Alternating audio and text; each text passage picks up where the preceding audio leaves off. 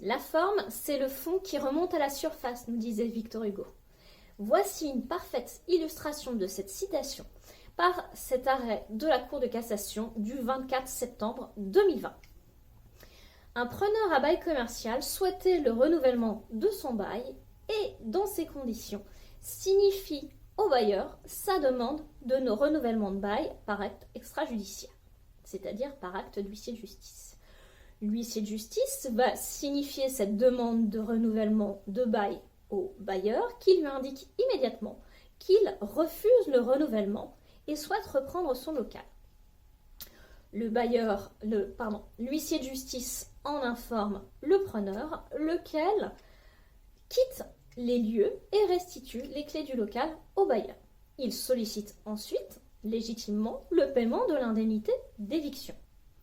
L'indemnité d'éviction, c'est une indemnité qui est due au preneur lorsque le bailleur lui refuse cette propriété commerciale hors motif légitime. C'est-à-dire que le bailleur n'a aucun motif à opposer au preneur. Cette indemnité d'éviction indemnise le preneur de la perte de clientèle, des frais de déménagement, d'un éventuel double loyer, de tout le préjudice lié à ce refus de renouvellement de bail. Donc, je vous le disais, le preneur sollicite le paiement de l'indemnité d'éviction, ce que le bailleur refuse. Le preneur saisit donc la justice. À votre avis, qui a gagné? C'est le bailleur qui a gagné. Pourquoi? Parce que la Cour de cassation nous le rappelle, la loi prévoit qu'à partir du moment où le preneur a signifié son intention d'obtenir le renouvellement du bail, le bailleur a un délai de 3 mois pour lui signifier par acte extrajudiciaire sa réponse, ses intentions quant au renouvellement du bail.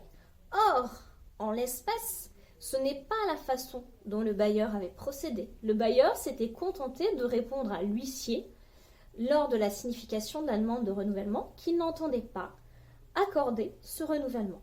Donc, on a eu la demande de renouvellement et la réponse dans un seul acte, alors que la loi, qui est d'ordre public, prévoit que ça doit se faire dans 2 actes séparés.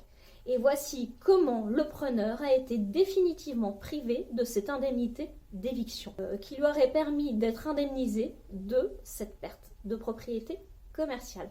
D'où l'importance d'être bien accompagné sur des sujets aussi importants que celui-ci.